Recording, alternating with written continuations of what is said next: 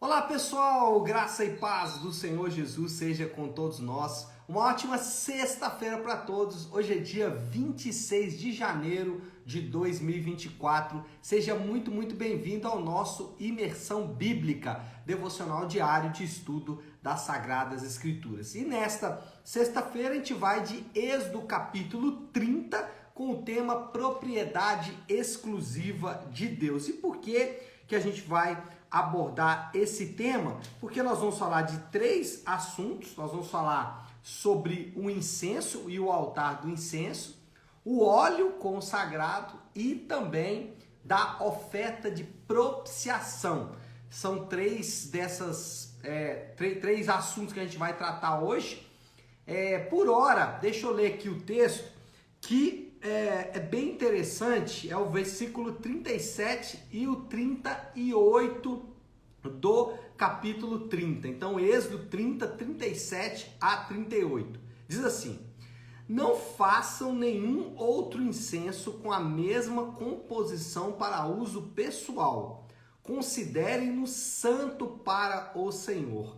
Quem fizer um incenso semelhante para usufruir a sua fragrância será eliminado do meio do seu povo. Bom, nos parece que de fato nós estamos diante aí de um assunto importante, tanto que o próprio Deus traz instruções acerca desses assuntos. É importante até fazer aqui um primeiro comentário antes até de entrar no texto propriamente dito de Êxodo 30, é que nós não podemos e não devemos, não é saudável descartarmos algo como se não fosse importante simplesmente porque a gente não entende. Então algumas pessoas leem esse texto aqui e falam: nossa, isso aqui não tem nada a ver. E aí, por não entender, diz: isso aqui nem deveria estar na Bíblia. Irmãos, se foi o Senhor que falou, se foi Deus que falou, é importante a gente dar ouvidos, é importante prestarmos atenção. E é isso que a gente vai fazer ao estudar esse texto aqui. O texto tem algumas exigências cerimoniais de Deus. Lembra que a gente já explicou em relação às leis? A gente tem leis civis, morais e cerimoniais. Civis pertencem à nação de Israel, morais devem ser cumpridas e cerimoniais foram completamente cumpridas em Jesus. Então aqui são exigências cerimoniais. Nesse sentido, então, já que foi cumprida em Jesus, não faz mais sentido? Não. Daqui a pouco a gente vai ver que tudo isso aqui prefigura a vinda do Senhor Jesus. Então, o que nós temos aqui no capítulo 30 de Êxodo? E aqui um outro comentário importante: é sempre saudável que você leia o capítulo antes de nós começarmos o devocional aqui.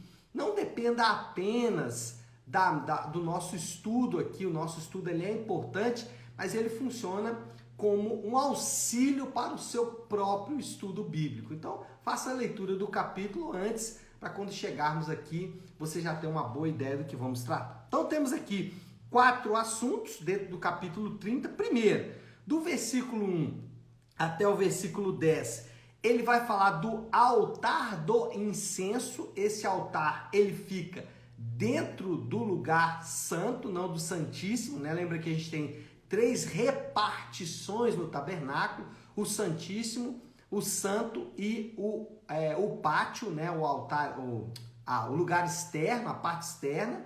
Então, esse altar do incenso ficava ali como se fosse na segunda etapa, e esse altar ele é para queimar, obviamente, ali o incenso. Esse incenso ele é de composição exclusiva. Então, o capítulo 30 aqui, a primeira parte vai tratar basicamente do altar, e já na parte final ele vai tratar do incenso. Mas por hora é só importante você saber que tanto o altar como o incenso era de composição exclusiva para essa função. Depois do versículo 11 até o 16, nós temos uma oferta especial, que era a oferta da propiciação.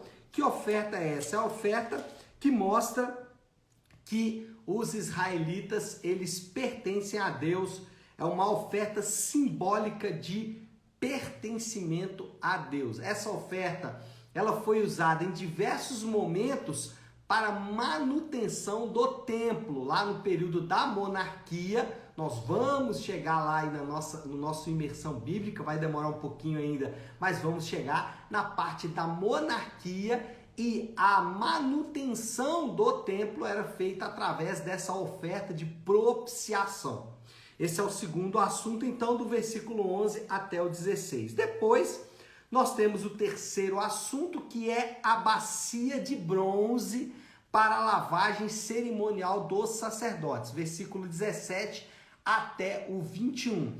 Essa bacia, ela ficava ali na entrada, bem na entrada mesmo do tabernáculo, e era usada exatamente para o propósito, né, da lavagem, tanto das mãos quanto dos pés também do sacerdote, que não podia entrar nem com os pés, nem com as mãos sujas dentro do tabernáculo. Interessante, só um comentário rápido aqui, é que a lei prescreve que ele deveria lavar a mão. Depois os fariseus fizeram ali nos seus talmudes, né, acréscimos a essa lei, dizendo que tinha que ser lavado 7 vezes. E depois isso vai dar, inclusive, uma confusão com Jesus nos seus dias. Mas, por hora, só descrevendo aí, então, que do 17 ao 21, a bacia de bronze. E, por último, do versículo 22 ao 38, Moisés, né, vai relatar ali as descrições de Deus em relação ao óleo e o incenso consagrado.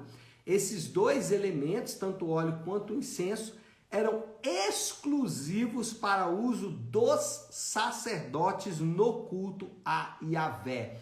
Então, o que Deus prescreve ali é que tanto o óleo com a sua composição, como o incenso com a sua composição também, eles deveriam ser usados apenas no culto ao Senhor, não poderiam ser usados em outros momentos. Bom, referentes espirituais aí, então, desses assuntos que nós tratamos aqui, várias prescrições de Deus aqui. Quais são as aplicações que nós podemos, então, ou os referentes espirituais? Vou começar com o incenso, né? Começa ali com o altar do incenso. O incenso, ele prefigura a oração dos crentes e a intercessão de Cristo. Eu vou ler apenas um texto aqui, mas você pode ler, por exemplo, depois Hebreus 7:25, que fala da intercessão de Cristo. Agora, o que tem a ver incenso com oração? Bom, o autor do Apocalipse, que é João, da revelação do Apocalipse, ele descreve algo que ele viu e que mostra exatamente que esse incenso prefigura tanto a oração dos crentes como também a intercessão de Cristo. Diz assim, Apocalipse 8:3. Outro anjo que trazia um incensário de ouro aproximou-se e ficou de pé junto ao altar. A ele foi dado muito incenso para oferecer com as orações de todos os santos. Então, esse incenso aqui especial que João viu, a composição dele era a oração dos crentes, junto, obviamente, com a intercessão do Senhor Jesus. Então, o que acontece aqui é que essa oração constante diante do altar de Deus, agora ela é feita por Jesus. Então, esse incenso que era aceso ali, que perfumava todo o tabernáculo, agora ele é feito por Jesus. O próprio Senhor Jesus é que perfuma, né, o tabernáculo de Deus, perfuma ali diante do altar de Deus por meio da sua intercessão. Por isso é que não faz muito sentido os crentes acenderem incenso ou até mesmo fumaças aromáticas. Existe uma prática entre alguns cristãos de fazerem isso. Essa prática, ela não tem mais nenhuma necessidade de acontecer. E pior, né? Tem alguns cristãos que fazem essa prática herdada de religiões pagãs, o que é de fato uma afronta ao Senhor. Usar ali algo que o próprio Senhor Jesus faz por meio de religiões pagãs, por meio de outros deuses. Então, o cristão não deve fazer isso, porque isso aí afronta ao Senhor e afronta de maneira muito direta. Hoje, quem é o incenso é o Senhor Jesus. Ele é o nosso intercessor constante. O segundo referente espiritual tem a ver com o preço da propiciação. No capítulo aqui, a gente vê uma instrução de Deus em relação ao recenseamento ou censo que deveria ser feito entre os israelitas, e cada israelita deveria pagar uma oferta de propiciação. Essa oferta de propiciação, ou o preço da propiciação, porque eu falei oferta, mas não era nem oferta, talvez poderia entrar aí mais como se fosse uma espécie de imposto mesmo, né? Todos os israelitas deveriam pagar. Ele prefigura a maneira ou a forma como os cristãos serão redimidos pelo sangue de Cristo. Então, eles pagavam um preço ali pela sua própria vida, preço esse que vai ser pago pelo Senhor Jesus. Lá em 1 Coríntios, Paulo diz que nós somos comprados por um alto preço. Então, esse comprar também prefigura um pertencimento ao Senhor. Assim como os crentes hoje sofrem a intercessão do Senhor porque pertencem ao Senhor, também a oferta de propiciação é uma oferta de pertencimento. Ah, pastor, eu tenho que fazer essa oferta hoje, a oferta da propiciação? Não. Por quê? Porque o Senhor Jesus já fez essa oferta cerimonial através do seu sangue. Então, pastor, para que isso está registrado aqui? Para me lembrar que alguém me comprou e me comprou por um alto preço. O Senhor Jesus me comprou com o seu próprio sangue. O terceiro assunto do texto é a bacia para purificação, ou a bacia de bronze. Essa bacia, como eu disse, ela ficava ali na porta do tabernáculo para que os sacerdotes fizessem a lavagem de suas mãos. Só lembrando aqui, sempre importante, os sacerdotes no Antigo Testamento prefiguram todos os crentes, então não há necessidade hoje de termos aí uma categoria separada de indivíduos como se fossem sacerdotes diante de Deus, porque de fato nós não temos mais essa necessidade. Nós temos o nosso sumo sacerdote, que é Jesus, e todos os crentes são então sacerdotes. O sacerdote deveria lavar a sua mão e lavar também o seu pé. E o que isso significava? Purificação. O Senhor, ele não aceita nada que não esteja realmente purificado na sua presença. E aqui outro símbolo muito forte é a água, simbolizando exatamente tanto limpeza, santidade, como também a presença do Espírito Santo. E aí é muito fácil, né, gente? Nós somos santificados pela presença do Senhor em nosso interior por meio do seu Espírito, e isso nos torna puros diante de Deus. Essa pureza, ela não é alcançada pela nossa capacidade humana, não é possível por meio dos nossos esforços conseguirmos ou nos livrarmos da impureza. Por isso dependemos do Senhor, que nos purifica por meio da lavagem de água através do seu Espírito. E aí também uma questão aqui importante que vai comunicar com os outros assuntos é que a santidade, ela significa também pertencimento, porque o santo é aquele que é consagrado, ou é separado para Deus. E o último assunto, o óleo e o incenso. Eles tinham que ser exclusivos, tanto o óleo como o incenso. Eles deveriam ter uma composição única, e o Senhor Deus aqui é muito direto em relação à utilização, especialmente do incenso, desse aroma de maneira, não sei ali, né, profana. Ele condena isso. Nós lemos o texto aqui no início do nosso estudo de hoje, mas o ponto aqui é dizer que o óleo e o incenso eles eram exclusivos. Por quê? Porque eles também expressam o pertencimento a Deus. Os crentes são propriedade exclusiva de Deus. Os crentes, eles são exclusivos para Deus. A gente já tem falado sobre isso, sobre não ter o coração dividido. Então, quando lemos isso aqui sobre não deixar ou não permitir que fosse feito ali cópias do incenso, e quem fizesse essas cópias deveria ser então